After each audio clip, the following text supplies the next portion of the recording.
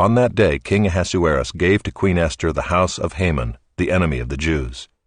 And Mordecai came before the king, for Esther had told what he was to her. And the king took off his signet ring, which he had taken from Haman, and gave it to Mordecai. And Esther set Mordecai over the house of Haman. Then Esther spoke again to the king. She fell at his feet and wept and pleaded with him to avert the evil plan of Haman the Agagite and the plot that he had devised against the Jews. When the king held out the golden scepter to Esther, Esther rose and stood before the king, and she said, "If it please the king, and if I have found favor in his sight, and if the thing seems right before the king, and I am pleasing in his eyes, let an order be written to revoke the letters devised by Haman the Agagite, the son of Hammedatha, which he wrote to destroy the Jews who are in all the provinces of the king. For how can I bear to see the calamity that is coming to my people? Or how can I bear to see the destruction of my kindred?" Then King Ahasuerus said to Queen Esther and to Mordecai the Jew, "Behold, I have given Esther the house of Haman, and they have hanged him on the gallows because he intended to lay hands on the Jews. But you may write as you please with regard to the Jews, in the name of the king, and seal it with the king's ring, for an edict written in the name of the king and sealed with the king's ring cannot be revoked." The king's scribes were summoned at that time in the 3rd month, which is the month of Sivan, on the 23rd day, and an edict was written according to all that Mordecai commanded concerning the Jews, to the satraps and the governors and the officials of the provinces from India to Ethiopia, 127 provinces, to each province in its own script, and to each people in its own language, and also to the Jews in their script and their language. And he wrote in the name of King Ahasuerus, and sealed it with the king's signet ring. Then he sent the letters by mounted couriers riding on swift horses that were used in the king's service, bred from the royal stud, saying that the king allowed the Jews who were in every city to gather and defend their lives, to destroy, to kill, and to annihilate any armed force of any people or province that might attack them, children and women included, and to plunder their goods, on one day throughout all the provinces of King Ahasuerus, on the 13th day of the 12th month, which is the month of Adar. A copy of what was written was to be issued as a decree in every province, being publicly displayed to all peoples, and the Jews were to be ready on that day to take vengeance on their enemies. So the couriers, mounted on their swift horses that were used in the king's service, rode out hurriedly, urged by the king's command, and the decree was issued in Susa the citadel. Then Mordecai went out from the presence of the king in royal robes of blue and white, with a great golden crown and a robe of fine linen and purple, and the city of Susa shouted and rejoiced.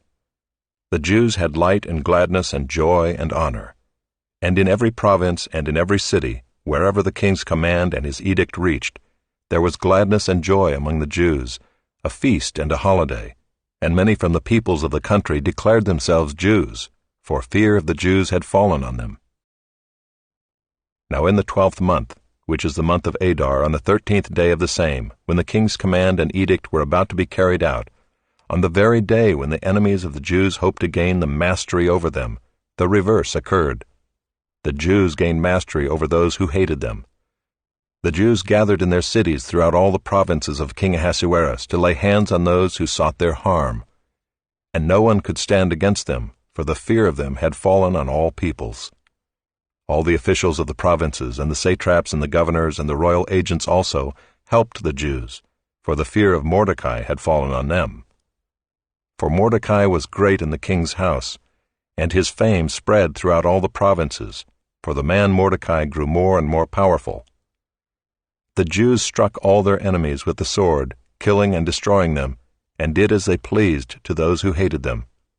In Susa the citadel itself the Jews killed and destroyed 500 men, and also killed Parshandatha and Dalphon, and Aspatha, and Poratha, and Adalia, and Aridatha, and Parmashta, and Arasai, and Aradai, and Vaisatha, the 10 sons of Haman the son of Hammedatha, the enemy of the Jews. But they laid no hand on the plunder. That very day the number of those killed in Susa the citadel was reported to the king. And the king said to Queen Esther, "In Susa the citadel the Jews have killed and destroyed 500 men, and also the 10 sons of Haman. What then have they done in the rest of the king's provinces? Now what is your wish? It shall be granted you.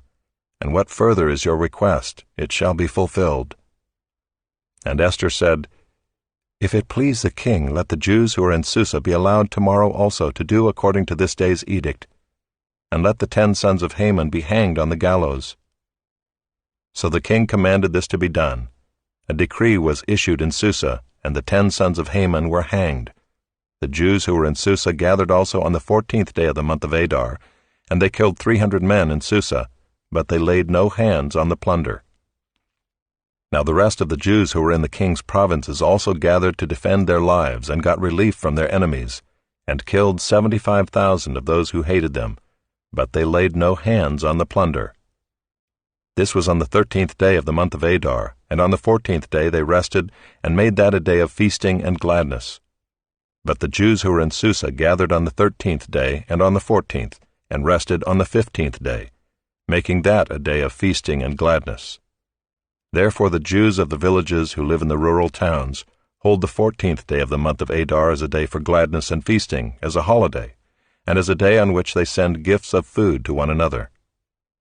And Mordecai recorded these things and sent letters to all the Jews who were in all the provinces of King Ahasuerus, both near and far, obliging them to keep the 14th day of the month of Adar and also the 15th day of the same, year by year, as the days on which the Jews got relief from their enemies, and as the month that had been turned for them from sorrow into gladness, and from mourning into a holiday, that they should make them days of feasting and gladness, days for sending gifts of food to one another, and gifts to the poor. So the Jews accepted what they had started to do, and what Mordecai had written to them. For Haman the Agagite, the son of Hammedatha, the enemy of all the Jews, had plotted against the Jews to destroy them, and had cast pur, that is, cast lots, to crush and to destroy them. But when it came before the king, he gave orders in writing that his evil plan that he had devised against the Jews should return on his own head, and that he and his sons should be hanged on the gallows. Therefore they called these days Purim, after the term pur. Therefore, because of all that was written in this letter, and of what they had faced in this matter, and of what had happened to them, the Jews firmly obligated themselves and their offspring and all who joined them, that without fail they would keep these 2 days according to what was written, and at the time appointed every year, that these days should be remembered and kept throughout every generation, in every clan, province, and city, and that these days of Purim should never fall into disuse among the Jews, nor should the commemoration of these days cease among their descendants. Then Queen Esther, the daughter of Abihail, and Mordecai the Jew gave full written authority, confirming this second letter about Purim. Letters were sent to all the Jews, to the 127 provinces of the kingdom of Ahasuerus, in words of peace and truth, that these days of Purim should be observed at their appointed seasons, as Mordecai the Jew and Queen Esther obligated them, and as they had obligated themselves and their offspring with regard to their fasts and their lamenting. The command of Esther confirmed these practices of Purim, and it was recorded in writing. Chapter 10. King Ahasuerus imposed tax on the land and on the coastlands of the sea, and all the acts of his power and might, and the full account of the high honor of Mordecai to which the king advanced him, are they not written in the book of the Chronicles of the kings of Media and Persia? For Mordecai the Jew was second in rank to King Ahasuerus, and he was great among the Jews, and popular with the multitude of his brothers, for he sought the welfare of his people, and spoke peace to all his people.